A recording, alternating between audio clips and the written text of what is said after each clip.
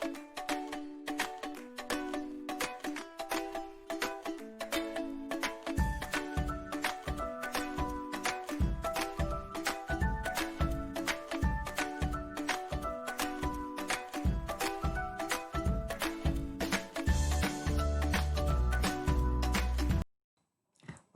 meus queridos alunos, sejam bem-vindos a mais uma videoaula do FTM de Artes. E hoje, pessoal, eu vou fazer um complemento às aulas que estão disponíveis no canal e na plataforma de vocês. Como vocês sabem, todo semestre, né, eu revejo o material e faço ajustes de modo a tornar cada vez mais personalizado com a turma que está comigo no semestre e mais completo, mais dinâmico, com mais informações, né, precisas. A todo semestre eu tenho mexido no material. E no final do semestre passado, eu senti a necessidade de incluir mais assuntos sobre a história da arte no mundo, tá? E é isso que eu vou fazer. Vocês já devem ter recebido os slides desse Prezi, com alguns assuntos que não foram abordados na primeira e na segunda aula de arte. Por essa razão, eu vou gravar essa videoaula, tá? Para complementar as informações que estão lá nesse slide, que eu já trabalho com eles há alguns anos, tá certo? Então, eu vou pontuar apenas o que foi adicionado. As demais informações prevalecerão, ai, difícil a palavra, né? Vai permanecer aquelas que estão lá, tá certo? Então, vamos lá. Pois bem, o surgimento da civilização grega abrange mais ou menos de 400 a 1100 anos antes de Cristo, tá? Na verdade, é de 400 anos, de 1100 antes de Cristo a 700 anos antes de Cristo. Observando o recortado território grego, por que recortado território grego?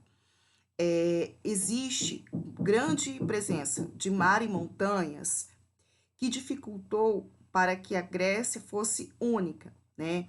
Então, devido ao relevo, essas barreiras naturais facilitou o surgimento, né, de várias cidades, tá? Cidades-estados, ou seja, cidades também chamadas de polis, que apesar de incluírem área rural e urbana, funcionava como verdadeiros estados independentes. Dentre as cidades-estados, podemos citar Mesênia, Corinto, Tebas, Megara, Erétria, Argos, Olímpia, Esparta e Atenas. E você deve estar se perguntando, tá, e o que tem a ver isso aí com as artes? Tudo, porque cada região dessa se destacou no mundo das artes, tá? Uma com arquitetura, outro com escultura, outro com pintura, tá? Acreditamos que a arte ela vai ser propriamente desenvolvida na Grécia, tá? A arte grega. Ela é destaque até no mundo atual, né? Muitas arquiteturas que se dizem modernas, na verdade, são aprimoramentos de colunas, de arquitetura grega, tá? Então, consultando este livro, olha, Johnson, A História Geral da Arte, O Mundo Antigo, a Idade Média, tá? De Martins Fontes. Esse livro é de meu esposo, ele fez, né, faculdade de artes plásticas. E aí, dando uma olhadinha aqui, né, eu estava observando que ele narra o seguinte: as nossas moedas que estão no nosso bolso, arquitetura de edifícios de prédios modernos, tudo isso se remete aos gregos. Na verdade, é como se fizessem hoje uma releitura da arte grega, né? Então, os gregos, eles mostram uma habilidade, né, naquela época tão bonita e tão ousada que até hoje ela se perpetua, né, na nossa arte moderna. E aí o que destaca-se? Nessa época, os gregos eles estão vivendo um momento de adoração pelo homem, pela forma humana.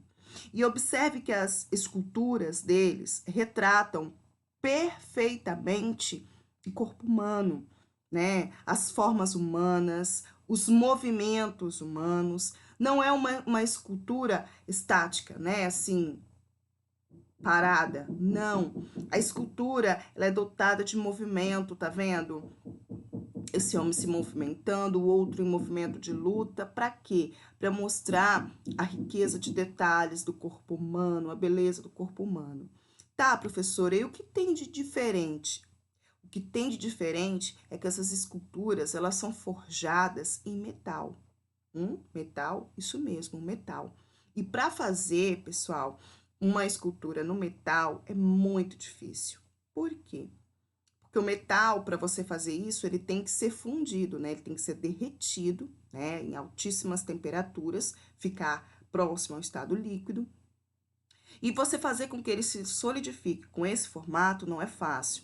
Então, eles faziam, né, moldes no gesso, moldes em barro, moldes em madeira. Eles faziam moldes. Então, esses moldes é como se fosse uma forma mesmo que você vai botar a massa do pão, né? Então, esses moldes, eles tinham que estar em perfeita simetria, né? Por fora eles eram grotescos, mas por dentro eles tinham esse formato. Então eles faziam as formas, os moldes e colocava o metal líquido ali dentro, né?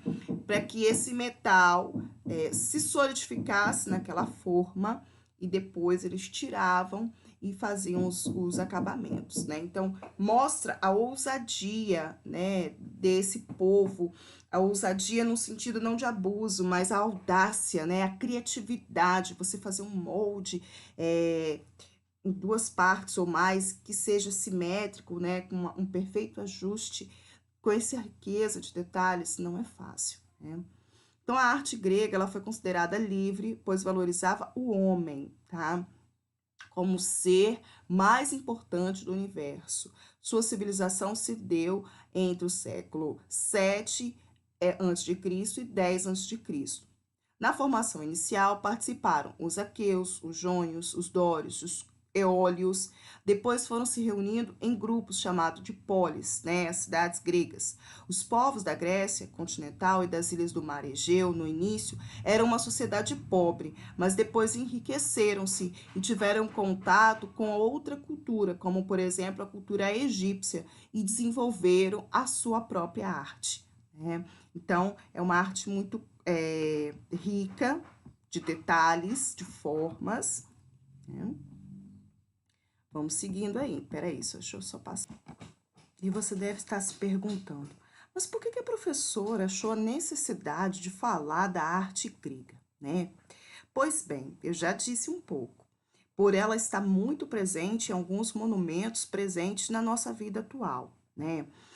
Dentre as colunas, que eu vou falar daqui a pouquinho, nós temos, por exemplo, a coluna coríntia, que ela se encontra aqui neste monumento chamado de Partenon, que foi um grande monumento histórico, né, da história da Grécia, que foi feito para representar a deusa Atena, né?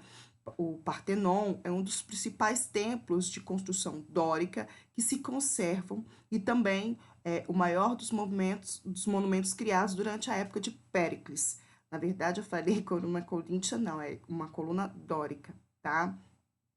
O Partenon, ele foi palco de igrejas, antigos templos, mesquitas, e hoje, né, uma das ruínas mais importantes aí, né, de Atenas. E falando agora da arte romana, muitas pessoas que não entendem, né, o mundo das artes, leigos, julgam que os romanos copiaram as artes grega, mas não é bem assim. Eles aprimoraram muitas artes gregas e também incluíram algumas delas, como por exemplo as colunas, né? Então a coluna dórica, que eu mostrei ainda há pouco lá no Partenon, ela não tem base, tá vendo? Ela é formada por listras, né, na vertical, e ela não tem uma base.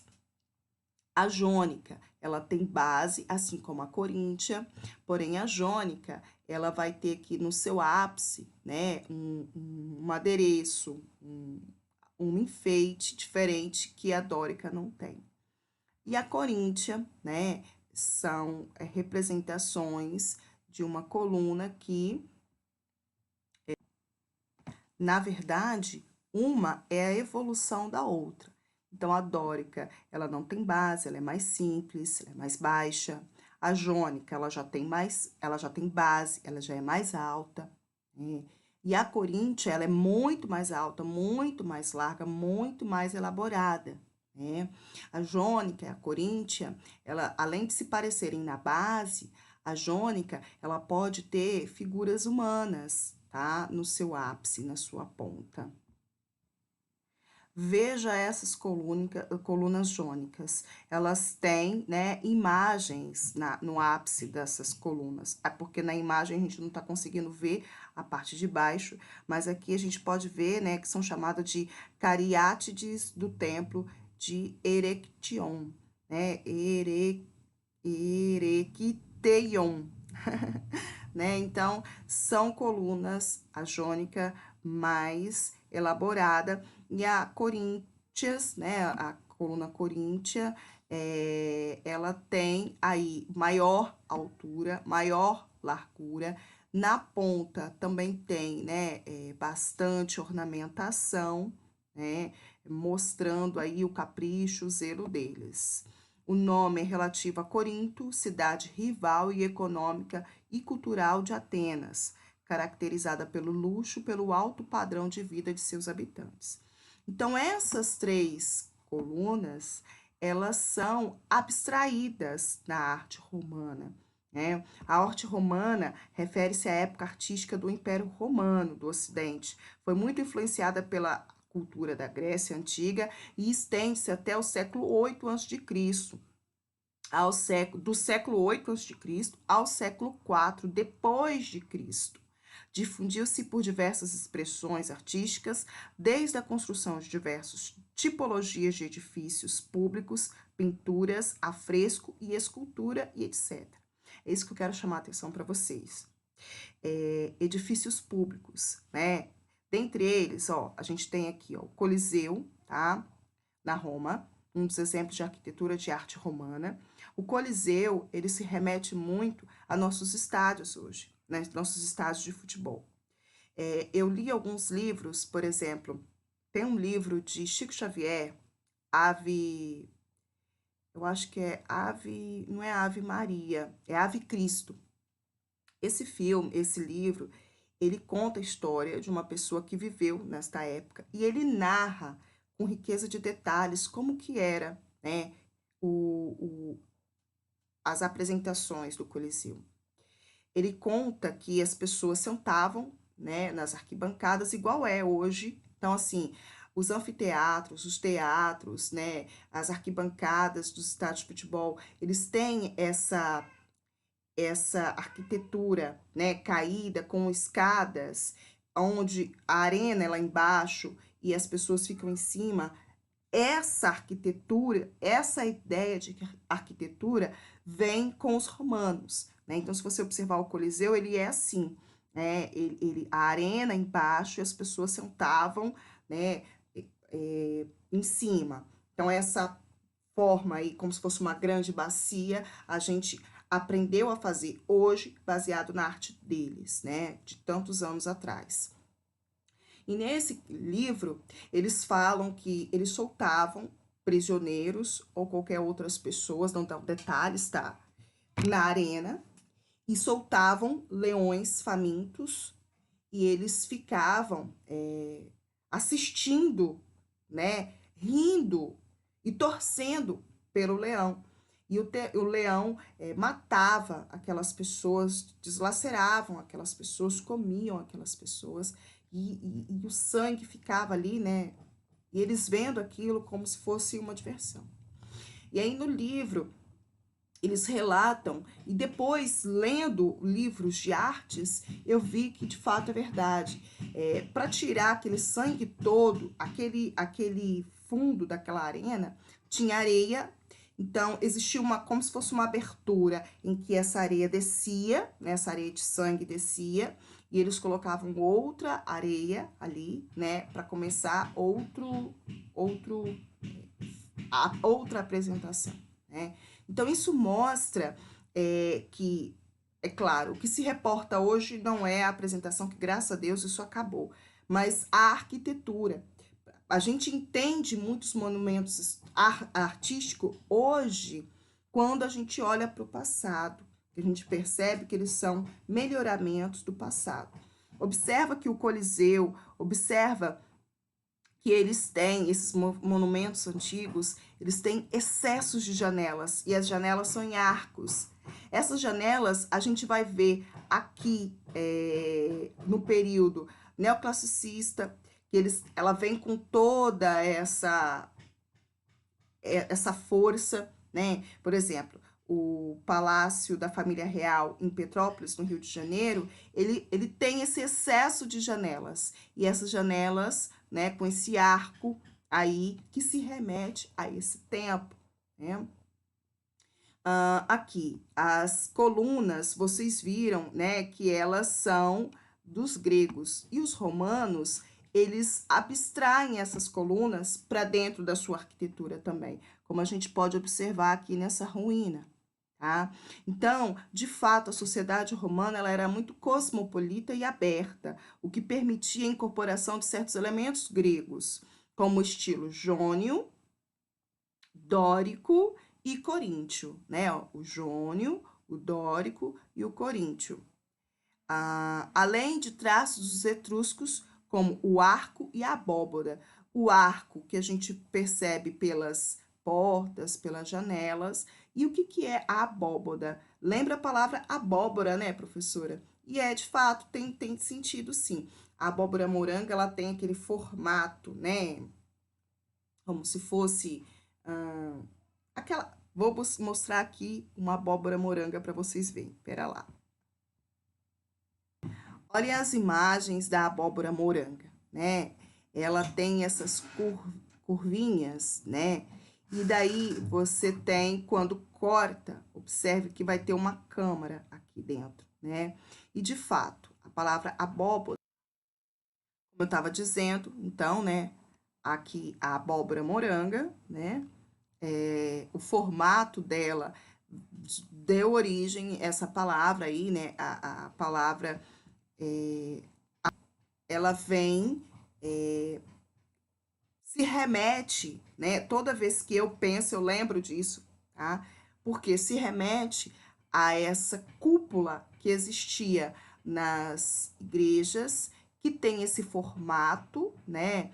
E dentro uma câmara, uma câmara. Essa câmara as igrejas, eram os templos públicos. Então, essas abóbodas são cúpulas revestidas com gesso, e esse gesso ainda fresco, eles pintavam as esculturas, pinturas, e tinha uma beleza lindíssima, um brilho lindíssimo, que não é possível restaurar, porque se você tentar restaurar, você não vai chegar próximo da beleza original, né? São esses afrescos.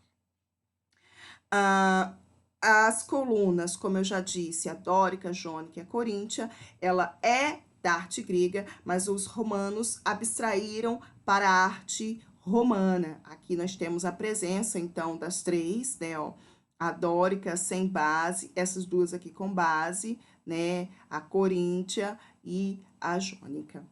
E aí, é importante dizer que certos livros, eles mostram que quando os romanos, como eles eram cosmopolitos, né, eles eram abertos e eles eram muito, digamos assim, vida na cidade, digamos.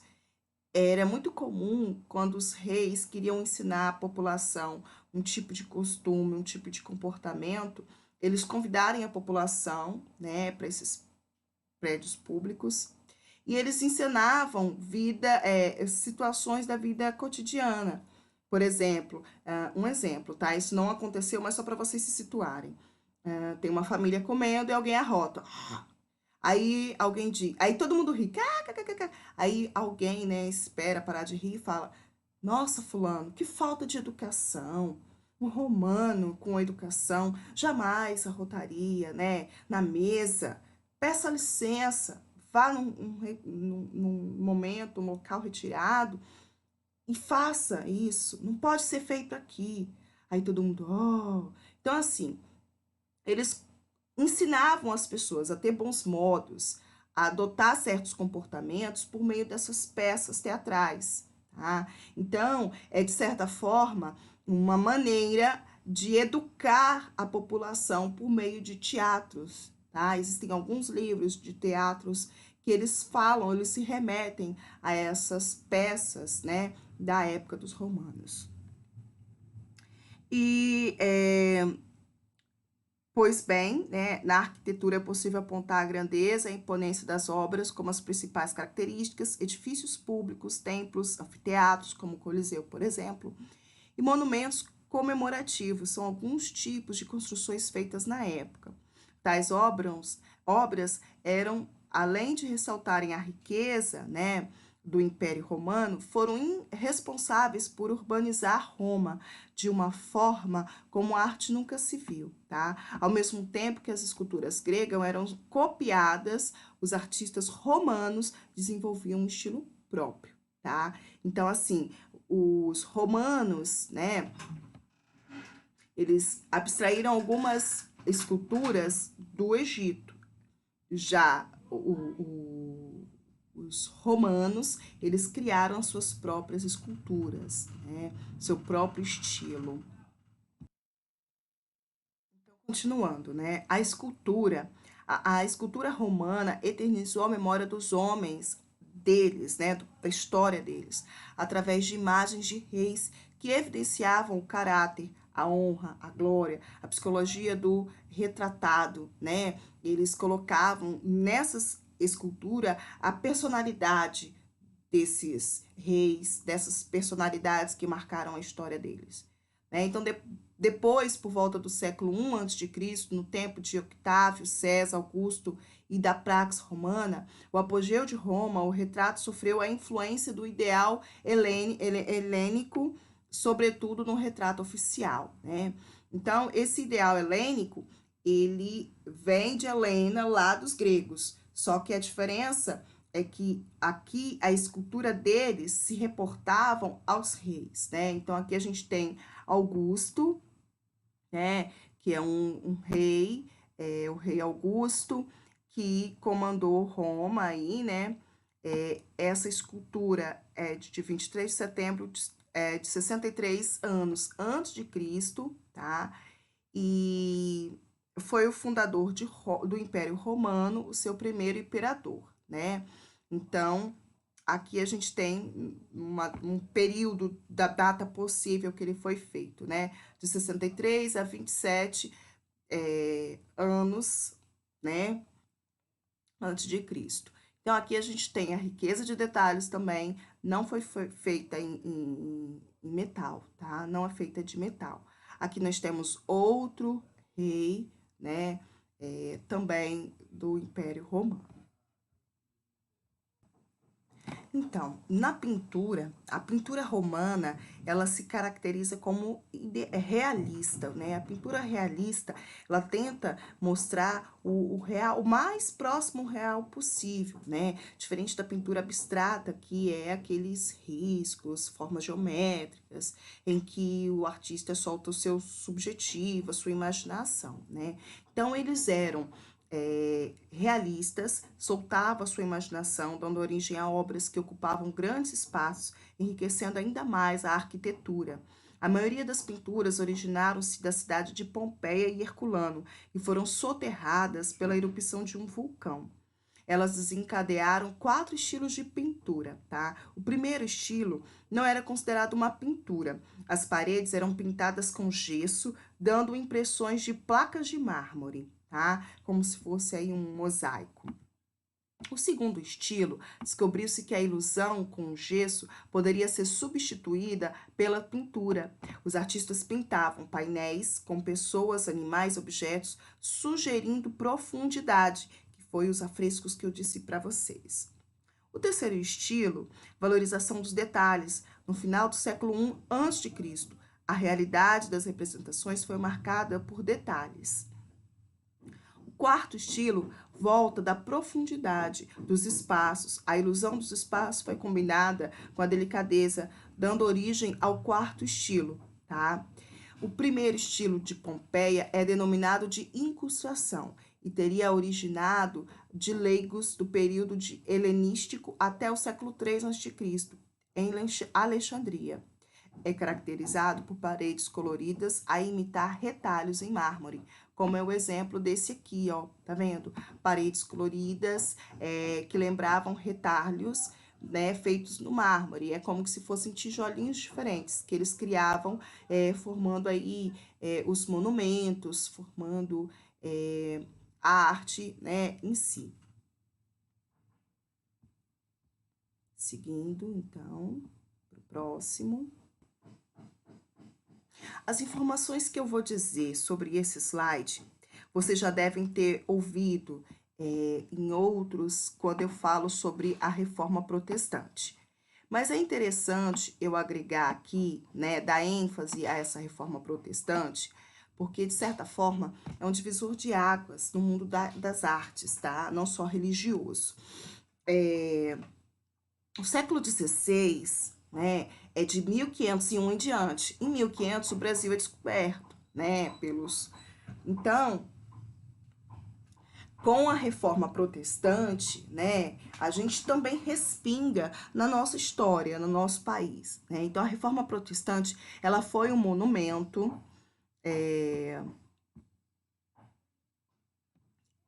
reformista cristão do século XVI, liderado por Martim Lutero, simbolizado pela publicação de 95 teses em 31 de outubro de 1517, note, o Brasil só tem 17 anos, na porta da igreja de Castelo de Wittenberg, né? Lutero tornou-se conhecido como um protesto contra os abusos do clero, principalmente em relação a impostos, tá?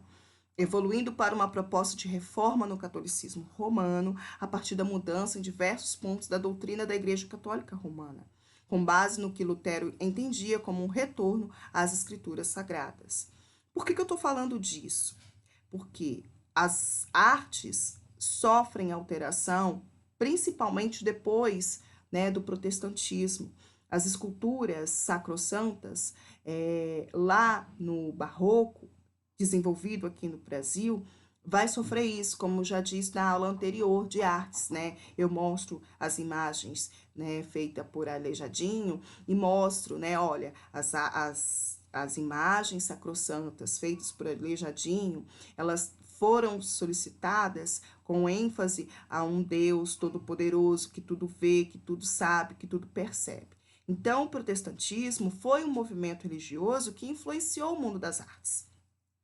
Lutero foi apoiado por vários religiosos e governantes. Claro, os governantes apoiaram ele porque os reis era quem mais pagava impostos, né? A Santa Igreja, em dinheiro, moeda de ouro, em terra, né? Então, ele teve apoio, sim, das pessoas mais abastadas da população e dos mais pobres também, que também tinham que pagar altos impostos. Provocando uma revolução religiosa iniciada no Sacro Império, estendendo-se pela Suíça, pela França, Países Baixos, Inglaterra, Escandinávia e algumas partes do leste europeu, principalmente os países bálticos e a Hungria. A resposta da Igreja Católica Romana foi um movimento conhecido como Contra-Reforma ou Reforma Católica, iniciada no Concílio, né, de Trento. Daí que surge aquela expressão, batizado na Santa Igreja Apostólica Romana, né? A igreja começou a criar ênfase de se ter orgulho de ser da Santa Igreja Apostólica Romana, né? E não participar da reforma protestante. É por isso que até hoje a gente ouve alguns católicos dizer: eu pertenço à Santa Igreja Apostólica Romana. As pessoas enchem a boca para falar sobre isso, mas não sabem a origem, né, dessa expressão. É como se eles quisessem despertar nos fiéis orgulho de pertencer à original, né, e não pertencer a esse grupo rebelde, né, que surgiu aí. Pois bem, o resultado da Reforma Protestante foi a divisão da chamada Igreja do Ocidente entre os católicos romanos e os reformadores protestantes, originando o protestantismo. Antes da Reforma Protestante, só existia a Igreja Católica, as outras não eram reconhecidas, eram seitas, eram excomungadas, né, eram perseguidas, enfim. Depois do protestantismo, começou, né, a Igreja Luterana, de Martim Lutero, a surgir, e entre outras denominações, outros grupos religiosos começaram a ter liberdade de se manifestar, de aparecer, de surgir.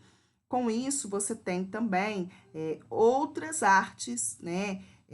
Porque esses templos novos que vão surgindo vão criando a sua arquitetura típica, né? Deles, uma arquitetura diferenciada. Vamos seguindo aí.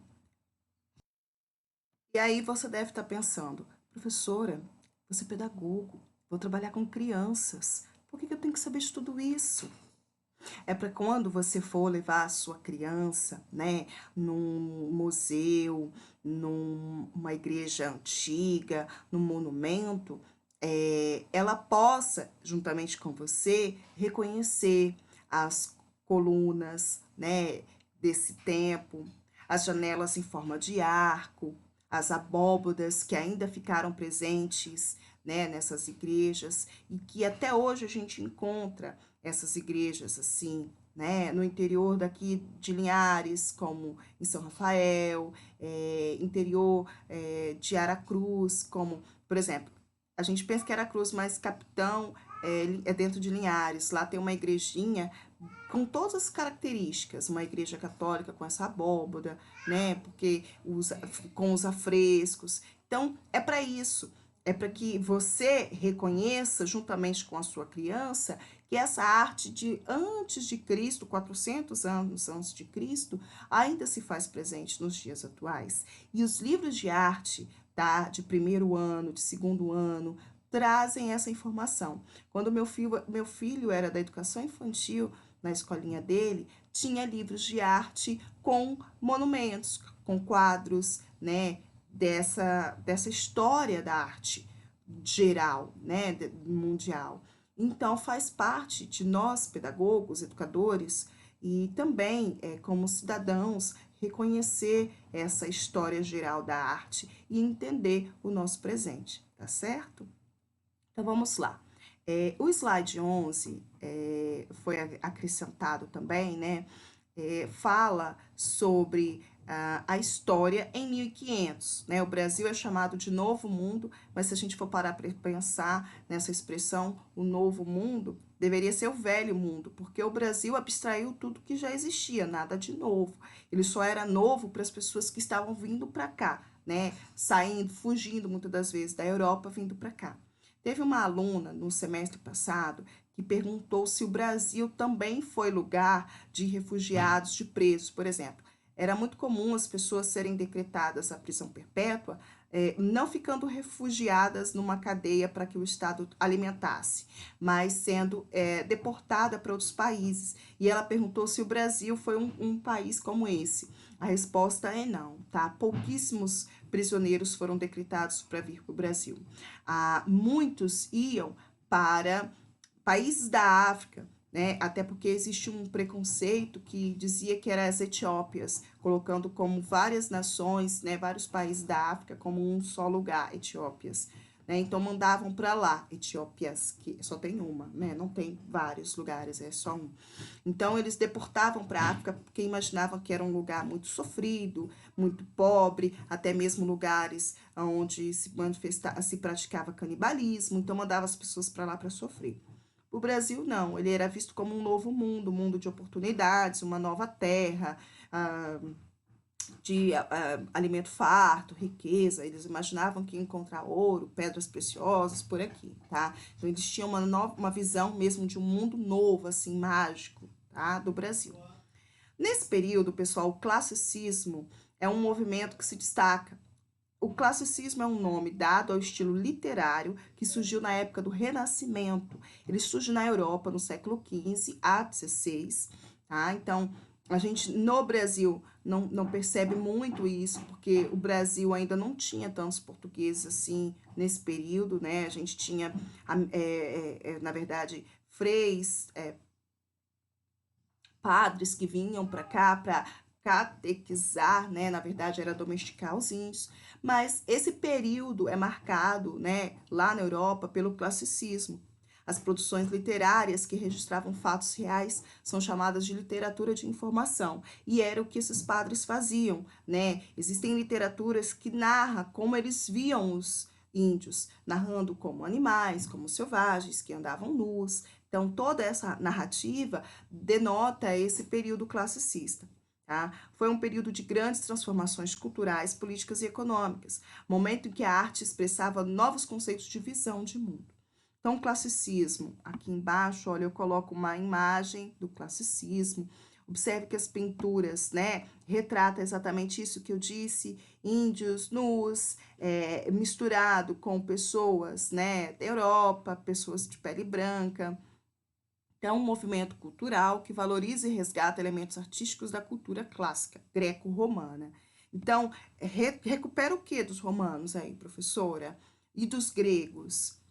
O apreço pelas formas humanas, né? Pelos músculos. Então, o corpo está nu, não no sentido de sexo em si, mas no sentido de você observar o detalhe da obra do corpo humano, das formas humanas. Nas artes plásticas, teatros e literatura, o classicismo ocorreu no período de renascimento cultural, século XIV ao XVI. Já na música, ele apareceu na metade do século XVIII, tá? Que é o neoclassicismo. E o neoclassicismo, a gente tem influência dele muito depois, tá? Com a vinda da família real para o Brasil em 1808, depois, décadas depois, com a formação do Palácio, né, deles em Petrópolis, como eu já mencionei anteriormente, que você tem o palácio todo feito no estilo neoclassicismo, que significa novo classicismo.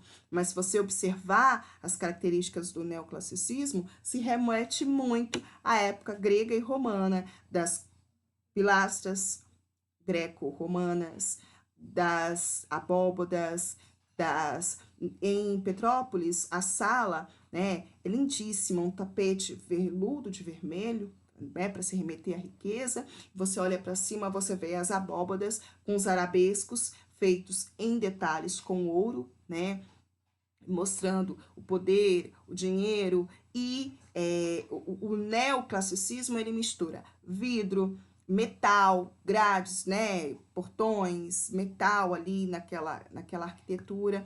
Tem alguns slides mais à frente que vocês vão ver o Palácio de Petrópolis, né, e dá para perceber o neoclassicismo, que é muito parecido com aquelas casas da Rua da Conceição, principalmente a Casa dos Calmons, tá? O classicismo corresponde a um período, então, artístico-cultural que ocorreu no período do Renascimento, tá? A partir do século XV na Europa. O classicismo iniciou-se em Portugal em 1527, entretanto, em 1572 ganhou notoriedade com a publicação dos Os Lusíadas de Camões.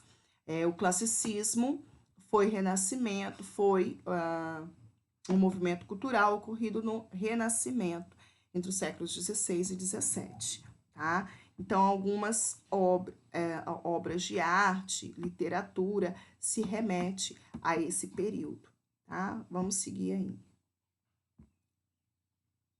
Deixa eu pausar. E continuando, né, vem o período de Renascimento, que vem de 1300 a 1600 depois de Cristo. E renascimento, como a palavra já diz, é renascer, né? Então você tem um renascer de toda aquela arte greco-romana, das formas, né, detalhes das formas, dos músculos, do corpo nu para mostrar essas formas, demonstrar esses movimentos. E aí a mistura do humano com o santo, né, com a imaginação do sobrenatural. O Nascimento de Vênus, né, de Sandro Botticelli, é uma das obras mais emblemáticas do Renascimento italiano. Então, ele renasce na Itália, esse movimento, retomando as características da arte grega e da arte romana. Tá? Seguindo. De fato, durante esse período, podemos ver um amplo desenvolvimento cultural com o aperfeiçoamento da imprensa feito pelo alemão Johannes Gutenberg. Nessa época surge a imprensa de Gutenberg, tá? A imprensa de Gutenberg nada mais era do que uma máquina que, como se carimbasse, tá? As coisas escritas em papel, e com a imprensa, as ideias de Martinho Lutero se propagam. Você tem a Bíblia de Gutenberg, é o primeiro livro impresso. Então, com a imprensa, essas ideias, elas vão se propagando por toda a Europa, né? Porque antes da imprensa, todos os livros eram redigidos à mão, né? A próprio punho. E a partir de então, com a imprensa, né, feita pelo alemão Johannes Gutenberg, você tem aí a publicação dessas informações de maneira mais rápida, mais moderna, né? E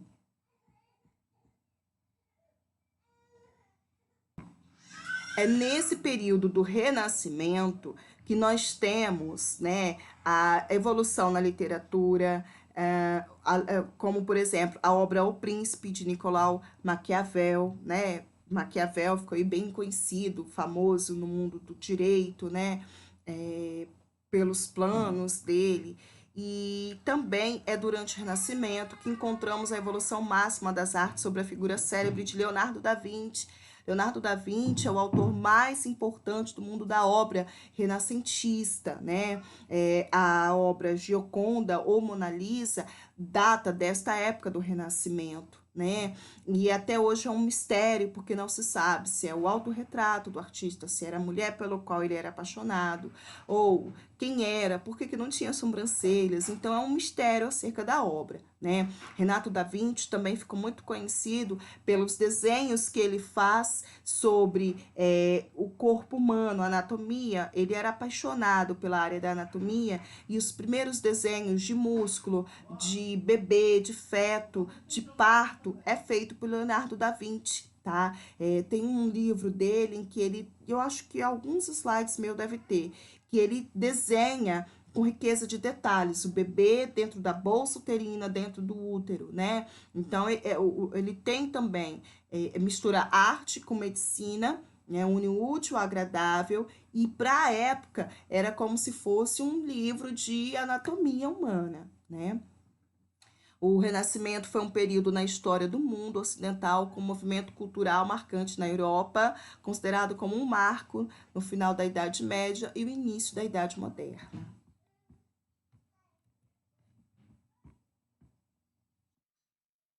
E olha aqui o que eu falo, né? O parto, a criança em posição fetal, o coração desenhado por ele e os escritos que ele fazia, porque ele também, né, se aventurava aí na medicina e também estudava, e os conhecimentos que ele obtinha, ele ia colocando ali, né, nos seus desenhos. Então, observa que é uma imagem que mistura luz e sombra no papel marrom, papel pardo. Ele consegue facilitar para o autor a produção de luz e sombra, tá? E ali ele coloca com a riqueza de detalhes todos as imagens que ele visualiza, né? Então, isso também favoreceu muito o mundo da medicina. Ainda sobre o Renascimento, né, essa imagem fala que foi um movimento cultural entre as elites de ricas cidades italianas do século XIV. Esse movimento de renovação ficou conhecido como Renascimento porque seus protagonistas achavam que estavam retomando a cultura greco-romana, né? A criação de Adão é um afresco, né, de 280 centímetros por 570 centímetros, olha a criação de Adão, pintado por Michelangelo, tá? Por volta aí de 1511, que fica no teto da Capela Sistina, tá? É interessante que aqui em Linhares tem um tatuador, eu vou falar o nome dele, é o Moreno, e no estúdio dele, ele criou uma cúpula que lembra a abóbada, né?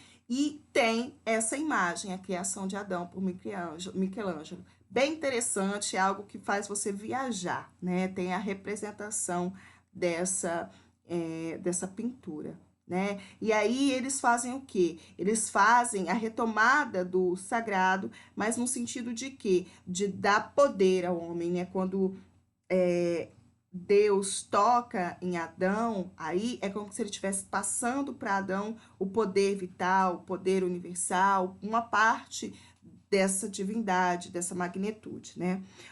O Renascimento, ele foi um movimento cultural e artístico de raiz racionalista, humanista e individualista, que ocorreu na Europa, né, como eu já disse. A sua principal fonte de inspiração no mundo clássico greco-romano e nos movimentos de expansão geográfica e comercial no fim da Idade Média Ocidental. Então, note a diferença. O Renascimento é um renascer da arte greco-romana, com ênfase aos movimentos e forma humana. Já o iluminismo, ele já está dentro do mundo moderno, ele já não está mais dentro da Idade Média, como o Renascimento. E o iluminismo, ele significa, né, iluminar, trazer luz. Então, as ideias, a racionalidade, o poder do pensamento, né, tudo isso ganha força. Vocês viram que no Renascimento a imprensa de Gutenberg vai fazer a diferença no finalzinho, né, do período da Idade Média. E agora que já está no período moderno, a imprensa tem aí o maior poder de divulgar as ideias iluministas. Então, o iluminismo ele é todo voltado para a ciência, pela razão, pela racionalidade. As pessoas já não querem mais acreditar que o mundo foi criado por Deus e que nada mudou durante esse período. Eles querem encontrar a razão, a explicação. A ciência entra com toda a ênfase nesse período. E isso reflete nas artes, observa os estudiosos da época, né? Reunidos em assembleias para discordar, discutir, refletir sobre teorias da época. Então, a palavra iluminismo vem de iluminar, né, que vem também de se traduzir como esclarecimento, do verbo esclarecer, tornar claro, tá? O propósito era levar luzes às pessoas que viviam na escuridão, que viviam sem teorias científicas, que viviam acreditando em que outros diziam, como reis, padres, e demais religiosos. Então, eles não queriam mais escutar isso. Eles queriam a razão, a racionalidade, a ciência falando por ela, tá?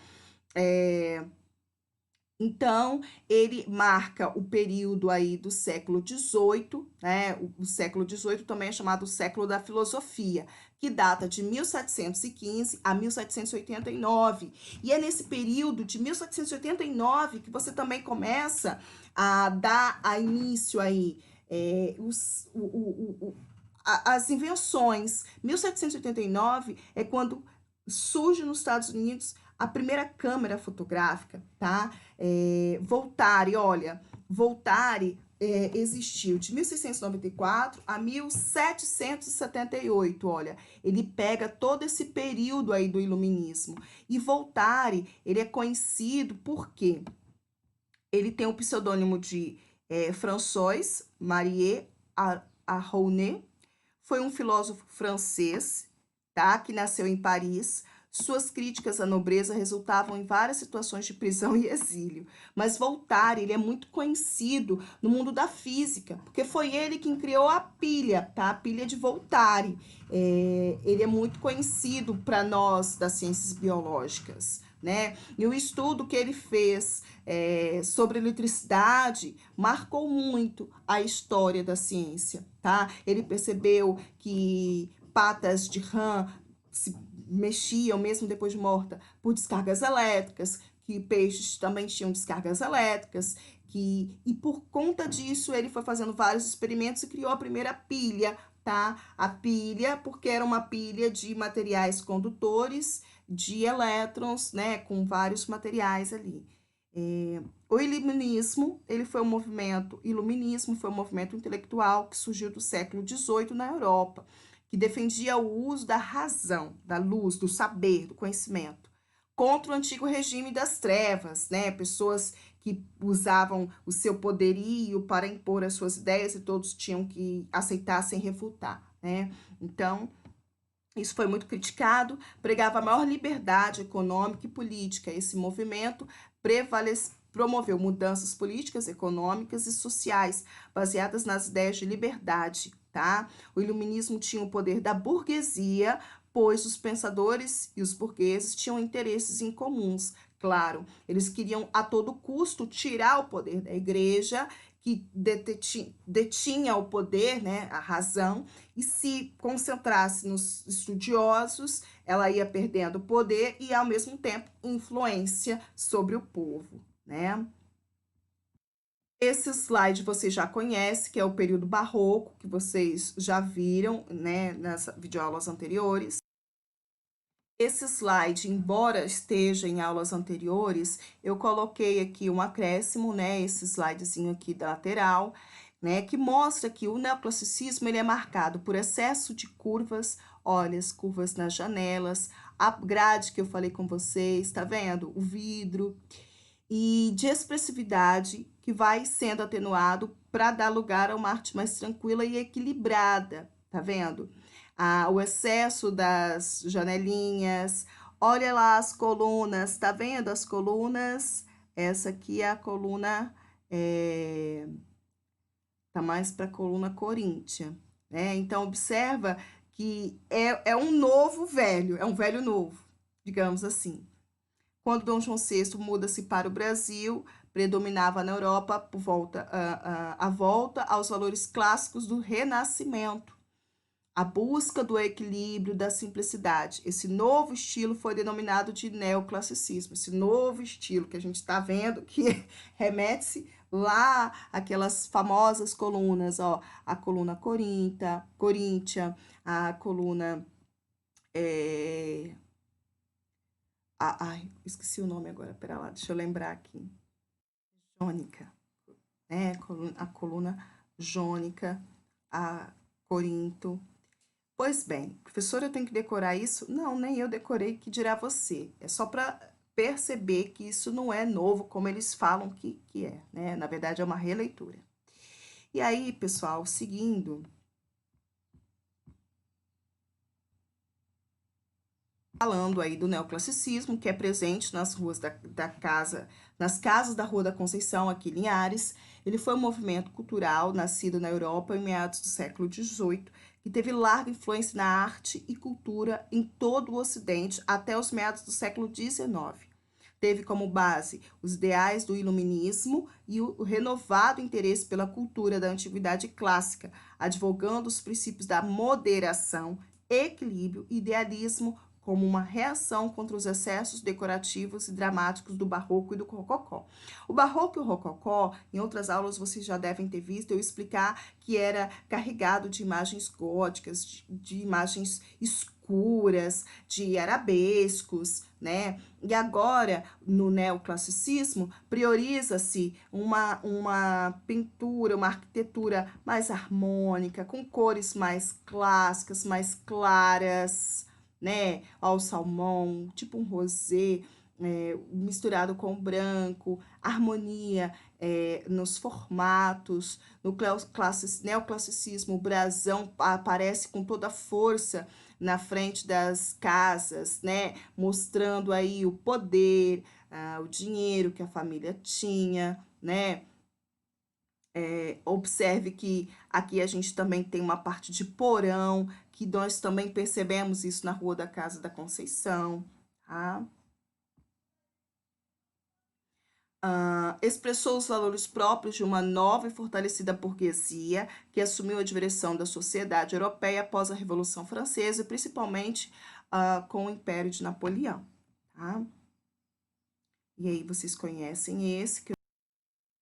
E aí, pessoal, enquanto isso na Europa, né, é um slide que eu acrescentei, tá? Que vai falar sobre o romantismo. O romantismo foi um movimento artístico, político e filosófico que surgiu nas últimas décadas do século XVIII na Europa e perdurou até o século XIX. Desenvolveu-se na Inglaterra por volta de 1830 e atingiu um ponto alto na França. Em Portugal, surgiu com as revoltas em que trouxeram a liberdade, tá? O romantismo foi um movimento que exaltava o instinto e privilegia as emoções contra a razão. Então, o iluminismo, no século XVIII, eles queriam que a razão prevalecesse. O romantismo já quer que volte as emoções, né? Ah, para além de um movimento cultural com manifestações na literatura, na pintura e na música. O romantismo foi um estado de espírito que fez bandeira da liberdade e do individualismo, pelo que se converteu da ideologia dos revolucionários liberais. Então, o romantismo ele é um movimento que vai vir contra as ideias iluministas, né, que queria a razão. Aqui volta para um movimento que queria a emoção. E no Brasil, o romantismo ele se apresenta no período da independência do Brasil, em 1822, feita por Dom Pedro I, né? Independência ou morte. Então, aí você tem uma história do Brasil toda romanceada, né? Como que o filho do rei se volta contra os pais em nome da pátria amada Brasil. Então, você tem aí toda a história do nosso país romantizada, né, por influência desse movimento. Aí você também tem, né, uma mulher chorando, sofrendo, submissa, e o marido dele, como se fosse aí Dom Pedro I e a sua esposa, Dona Leopoldina, que está sendo retratado nessa novela, né? Foi feito também de uma forma muito romântica, mas é notório pelas cartas, né, do próprio Dom Pedro I, as amantes, que ele teve sim uma vida muito, né, promíscua, e isso fazia sua esposa, Dona Leopoldina, sofrer. Então você tem aí esse período da história brasileira marcado pelo romantismo, né, movimento marcado no mundo artístico e filosófico que surgiu no século XVIII na Europa, indo até o final do século XIX. No Brasil, o período histórico era marcado por um sentimento nacionalista, ou morrer, não, a parte do hino da independência. Ou lutar para a pátria livre, ou morrer pelo Brasil. Ou ficar a pátria livre, ou morrer pelo Brasil. Né? Então, você morrer pelo seu país, que lindo, que bonito, né? Então, esse sentimento de nacionalismo, de querer despertar no brasileiro o amor à pátria, né? Como que nós fôssemos filhos de uma só nação, de uma mãe que nos cuida, que nos guarda. Essa ideia, né, nacionalista, ela é abraçada pelo romantismo e vice-versa. Então, a história do romantismo no Brasil confunde-se com a própria história política brasileira da primeira metade do século passado. Eles queriam que os brasileiros enxergassem o Brasil, né, como a pátria-mãe, a pátria a obedecer, e os reis, né, o monarca, como representante de Cristo na terra, que fazia tudo pelo bem do povo. Eles não percebiam ou não queriam que o povo percebesse que eram monarcas, né, com bastante escravos, com conforto, e que o povo, né, trabalhava muitos comerciantes e pagava impostos à coroa, né? Então isso daí eles não queriam perceber, eles queriam sim perceber de que eram todos filhos de uma pátria mãe gentil, né? Após isso, tivemos no Brasil o realismo. O período histórico do realismo é na segunda metade do século XIX na Europa. O realismo, como o nome já diz, né, ele se prende muito ao real, às revoluções industriais que estavam acontecendo. O século XIX, pessoal, ele é chamado de século das luzes, porque é no período do século XIX que a tecnologia vem com ênfase. Graham Bell descobre o telefone, outros equipamentos, máquinas surgem, né, e faz com que todo aquele movimento ali, a vivência daquele povo seja modificada pela a tecnologia. A partir de 1865, em Portugal, depois da questão de Coimbra, a partir de 1881, no Brasil, o ano de lançamento de Memórias Póstumas de Brás Cubas, de Machado de Assis, e até o fim do século XIX, no início do século XX, você tem, então, o período do realismo. Então, no realismo, né, você tem aí a crítica por meio dos autores, né, dos artistas, aos problemas sociais, como a miséria, a pobreza, a exploração, a corrupção. É um movimento que vai totalmente contrário ao romantismo.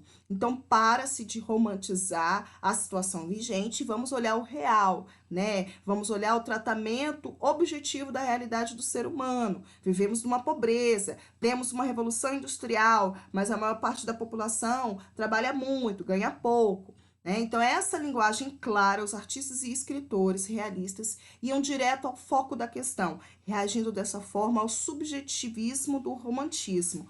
Para de muito embelezar uma realidade que não é bela. Né? Uma das correntes do realismo foi o naturalismo, onde a objetividade está presente. E essa imagem, né, aqui, essa pintura, ela demonstra muito esse período, né? Um período ai meu Deus, né? Quanto, quanto modernismo e eu nessa pobreza, nessa miséria, né? Então, assim, é algo do despertar mesmo para a realidade, ser mais objetivo e menos romancista. O realismo, ele tenta transcrever na pintura o máximo de realidade, né? Aquele slide anterior mostra a realidade do desespero do artista, né? Mediante a situação vigente. O realismo, ele tenta fazer uma imagem real mesmo, nada abstrata, bem próximo do real, com luz e sombra, fazendo com que a expressão, o sentimento seja todo transcrito na tela. Já o impressionismo, ele não tem esse papel. Ele surge na Europa, tá? O impressionismo surge no século XIX por uma causa de pintura europeia chamada de impressão. Esse quadro do Nascer do Sol, de Claudette Monet, é de 1872 e renata bem o impressionismo. É uma pintura abstrata, não se compromete com o real, né, com as formas perfeitinhas, como se fosse uma fotografia, igual a gente viu na outra imagem, mas se compromete com a impressão. Essas tintas, o modo como foi postas na tela, dá a impressão de um lago no nascer do sol. Então, as cores amarelo e vermelho, né, com esse nascer do sol, o lago, né, e essas cores azuis e verdes aqui mostrando o movimento do lago, um barquinho. Então, o lago, aqui o nascer do sol é no mar. Lá, né, nessa parte da Europa, é com um riozinho aqui, tá? Então, tudo teve origem quando um grupo de jovens pintores decidiu que não iria seguir as regras da pintura realista que estava acontecendo nas academias, tá? O Monet, Claude Monet, né? Monet é muito conhecido, as pinturas dele famosa, porque ele tinha o hábito de pintar ao ar livre. Ele era um pintor pobre, que não tinha um ateliê, e por esse fato, ele começa a pintar as telas ao ar livre, e ele tinha a capacidade de impregnar na tela o dia, o clima que estava acontecendo. Ele pintava de forma muito rápida, quadros enormes, e ele fica famoso nessa época, tá? Na verdade, bem próximo da morte dele, como muitos outros artistas, né? Morre-se primeiro para depois ficar famoso, infelizmente. Vocês perceberam que eu comecei a fazer, né? Então, lá com a arte grega, cerca de 400 anos antes do nascimento de Cristo, até os dias atuais, uma linha do tempo. Até peço para vocês fazerem essa linha do tempo no diário de bordo de vocês, com os principais movimentos artísticos históricos na história da humanidade, né? Então, dos gregos, dos romanos e depois dos outros movimentos que foram surgindo, tá? É para vocês se prenderem a esses movimentos, porque esses movimentos, no decorrer da história da humanidade, eles voltam, né? O Renascimento é o retorno da arte grego-romana.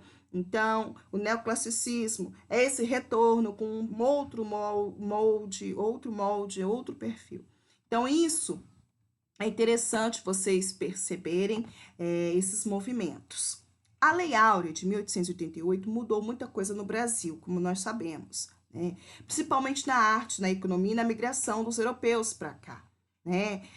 O futurismo, ele é desta data, né? Um movimento artístico e literário que surgiu oficialmente dia 20 de fevereiro de 1909. Então, já se tinha passado aí quase 20 anos, né?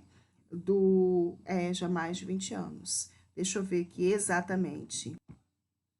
21 anos, para ser mais exata, da abolição da escravatura, mas muita coisa não muda no Brasil em tão pouco tempo assim, 21 anos, né?